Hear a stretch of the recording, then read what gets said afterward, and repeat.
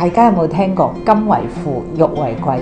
如果金玉加埋一齊就叫富貴。而家咧越來越多嘅人咧，唔單止係請金手鐲，仲中意請一啲金鑲嵌嘅手鐲，就叫金玉良緣。呢種鏤空嘅金手鐲設計已經越來越流行，上邊再鑲一啲滿綠嘅蛋面，福祿相傳。呢啲咧就好啱新娘子或者係一啲新奶奶去戴嘅。呢啲咧都係早期鑲嵌出嚟嘅18K金嘅大玉嘅手鐲。呢啲係一種仿古嘅設計，再加上一種隨形，佢將翡翠嘅隨意同埋佢嘅凹凸好柔和咁樣結合埋一齊，戴上手咧佢就好大氣。另外咧，竹節係代表節節高升，上面咧做咗竹節，再加一啲鑽石作為點綴，唔單止金玉良緣，仲可以節節高升。仲有啲隨形設計，好似呢一款呢個葫蘆，亦都係福祿相傳。呢種戴上手咧，佢就好精緻嘅。呢一款亦都係早期鑲嘅一個甜甜圈，戴上去咧既時尚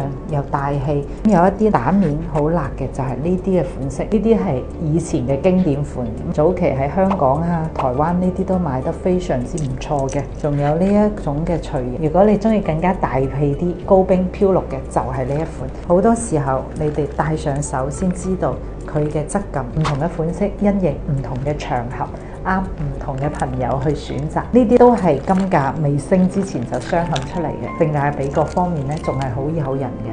如果對呢啲手鐲有諗法嘅，不妨同錢錢交流一下，關注錢錢請翡翠唔踩坑。